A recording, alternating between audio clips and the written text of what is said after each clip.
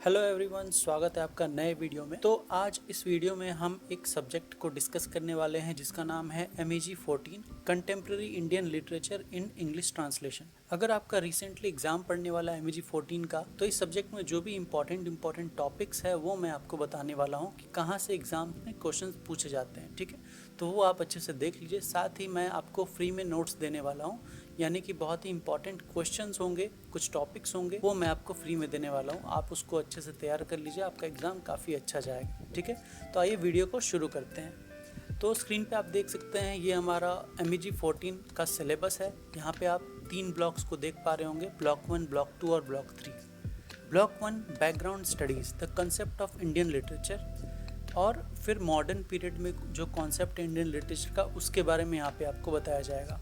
ठीक है, एक इम्पॉर्टेंट क्वेश्चन ये आता है कि भारत में इतनी सारी भाषाएं हैं, तो क्या हम इंडियन लिटरेचर को एक लिटरेचर मान सकते हैं? यानी कि यहाँ पे बहुत सारे लैंग्वेजेस हैं और बहुत सारे लैंग्वेजेस में अलग अलग लिटरेचर्स लिखे गए हैं, तो क्या हम सभी को एक इंडियन लिटरेचर मानते हैं? तो हाँ, हम सभी को इंडियन लिटरेचर मानते हैं, लेकिन उसको पढ़ने के लिए हमें उसका ट्रांसलेशन करना बहुत ज़रूरी होता है। यानी कि आपको पता है कि पूरे इंडिया में इंग्लिश लैंग्वेज काफ़ी पॉपुलर हो चुकी है, इसीलिए कई सारे वर्क्स को इंग्लिश में ट्रांसलेट किया जाता है, ताकि कॉमन जो पीपल है, जो इंग्लिश जानते हैं, यानी कि नॉर्थ और साउथ हर तरफ के लोग जो हैं इंग्लिश मोस्टली जानते हैं, तो वो इंग्लिश में उस वर्क्स को पढ़ सकते हैं। तो यहाँ पे उसका ट्रांसलेशन के बारे में यहाँ पे बताया गया है, यानी कि कंपैरेटिव स्टडीज़। ठीक है, ब्लॉक 2 की बात करें तो संस्कारा नाम का एक उपन्यास है, जो कि UR आनंद मूर्ति, जो कि एक कन्नड़ के बहुत ही प्रसिद्ध लेखक हैं, उनकी ये उपन्यास है। नॉवेल की कहानी प्राणेशचार्य और नरनप्पा के आसपास घूमती है। यहाँ सबसे बड़ा कॉन्फ्लिक्ट है ट्रेडिशन और मॉडर्निटी के बीच, यानी कि जो एक हमारा पुराना ट्रेडिशन होता है उसके बीच में जब मॉडर्निज्म आता है तो वहाँ पे कॉन्फ्लिक्ट्स पैदा होते हैं। तो इसी चीज़ के ऊपर बेस्ड ये आपको उपन्यास मिलता है। ठीक है, तो इसके बारे में आपको यहाँ पे पढ़ना है अच्छी तरीके से। इसमें कुछ थीम्स बहुत इंपॉर्टेंट है, जो कि है ट्रेडिशन वर्सेस मॉडर्निटी, फिर आता है आइडेंटिटी क्राइसिस, फिर आपको इसमें कुछ एलिगरीज मिलेंगी। ठीक है, तो ये आपको ब्लॉक ध्यान रखना है, क्योंकि सबसे इंपॉर्टेंट ये ब्लॉक आपका हो जाता है। ठीक है, ब्लॉक 3 हमारा है तमस, भीष्म साहनी के द्वारा लिखी गई एक और उपन्यास। ये ब्लॉग बेसिकली भारत के पार्टीशन और कम्युनल वायलेंस पर बेस्ड नॉवल है। ठीक है, नॉवल दिखाता है कि कैसे छोटी सी घटना बड़े दंगों का कारण बन सकती है, और इसमें कुछ इंपॉर्टेंट टॉपिक्स हो जाते हैं, जैसे communalism, religion, partition, human suffering, narrative structure.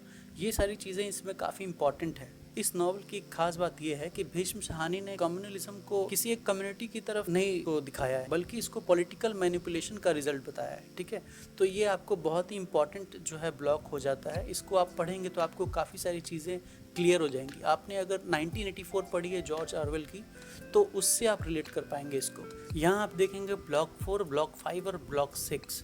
तो यहाँ पे आपको शॉर्ट स्टोरीज और पोइट्रीज देखने को मिलती हैं, जो कि काफ़ी इंपॉर्टेंट है।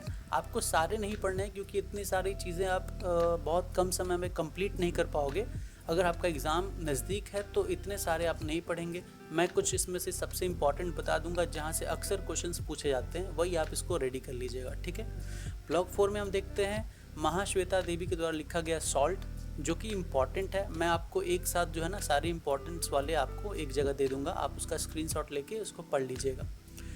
सेकंड हम देखते हैं वाइकोम मोहम्मद बशीर के द्वारा लिखा गया बढ़ते।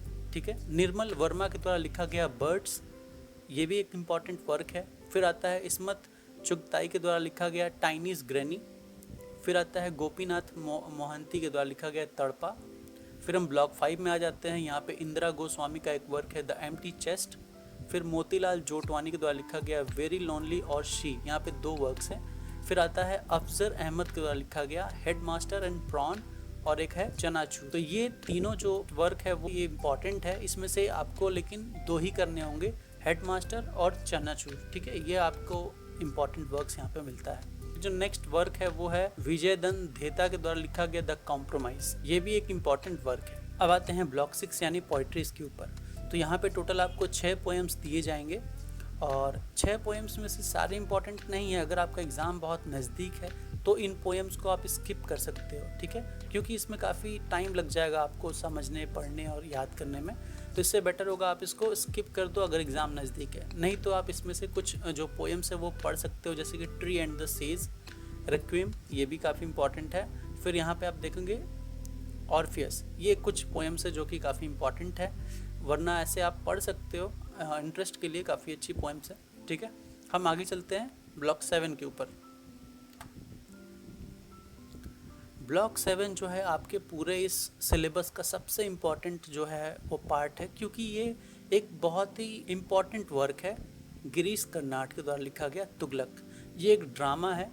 यहाँ पे आपको कुछ इम्पॉर्टेंट चीज़ें मिलेंगी, जैसे कि इसके थीम्स काफ़ी इम्पॉर्टेंट है, इसके कैरेक्टर्स इम्पॉर्टेंट है। ठीक है, उससे डायरेक्टली क्वेश्चंस पूछे जाते हैं। क्रिटिकल कमेंट्स कई लोगों ने किए हैं, कई फेमस भी लोगों ने किए हैं। तो तुगलक जो है वो एक हिस्टोरिकल प्ले है जो सुल्तान मोहम्मद बिन तुगलक के कैरेक्टर पे बेस्ड है, लेकिन इसमें जो राइटर है ना, उन्होंने सिर्फ हिस्टोरिकल ड्रामा नहीं रखा है। यहाँ पे उन्होंने दिखाया है पावर, पॉलिटिक्स और आइडियलिज्म कैसे फेल हो जाता है, उसके बारे में यहाँ पे दिखाया गया है। आते हैं अपने लास्ट ब्लॉक यानी ब्लॉक 8 नॉन फिक्शनल प्रोज पे। तो नॉन फिक्शनल प्रोज वो होते हैं जो कि रियल लाइफ के ऊपर बेस्ड होती हैं। तो यहाँ हम देखते हैं पहला जो वर्क है वो है अमृता राय के द्वारा लिखा गया Premchand his life and times, यानी कि प्रेमचंद्र जो है उनकी बायोग्राफी एक तरह से लिखी गई है। ठीक है, तो नेक्स्ट जो वर्क है वो है बामा के द्वारा लिखी गई करुक्कू नाम का एक नॉन फिक्शनल वर्क, जो कि एक दलित क्रिश्चियन वुमन के एक्सपीरियंसेस को दिखाता है, कैसे वो स्ट्रगल्स करती है, उस सब चीज़ों को यहाँ पे दिखाया गया है। नेक्स्ट जो है वो है सादत हसन मंटो के द्वारा लिखा गया एक वर्क है जिसका नाम है ऑन इस्मत। तो बेसिकली ये जो इस्मत नाम यहाँ पे दिया गया है वो इस्मत चुगताई का एक पर्सनालिटी स्केच को यहाँ पे दर्शाया गया है। नेक्स्ट हम देखते हैं उमा प्रसाद मुखोपाध्याय के द्वारा लिखा गया एक वर्क जो कि है मनी महेश। ये एक ट्रैवल मेमोयर है, यानी कि इसमें हिस्ट्री, मिथ और पर्सनल एक्सपीरियंसेस को एक साथ दिखाया गया है। तो यहाँ पे ये आप समझ सकते हैं कि ये भी रियल लाइफ बेस्ड है। अब आते हैं आपका टोटल सिलेबस कैसे डिवाइड किया गया है, तो देखते हैं। तो नॉवेल्स की बात करें तो यहाँ पे संस्कारा और तमस 2 नॉवेल्स आपको मिल जाते हैं ब्लॉक 2 और ब्लॉक 3। शॉर्ट स्टोरी की बात करें तो यहाँ पे ब्लॉक 4 और ब्लॉक 5 में ये सारे शॉर्ट स्टोरीज हैं, जिनमें से salt, birthday, birds, tiny's granny, तड़पा, इसके अलावा the empty chest, very lonely, she, headmaster, prawn, chanachur, the compromise, ये सारे जो है आपके शॉर्ट स्टोरीज आपको मिल जाते हैं। पोइट्रीज की बात करें तो यहाँ पे पोइट्री जो है ब्लॉक 6 में है, जिनमें पहला है रेक्विम, आता है ट्री एंड द सेज, फिर आता है the moon, mother serious, Shri Radha और ऑर्फियस। ये सारे आपको पोएम्स मिलते हैं। ठीक है, ड्रामास की बात करें तो सिर्फ एक ड्रामा है जो कि सबसे इम्पॉर्टेंट है, तुगलक।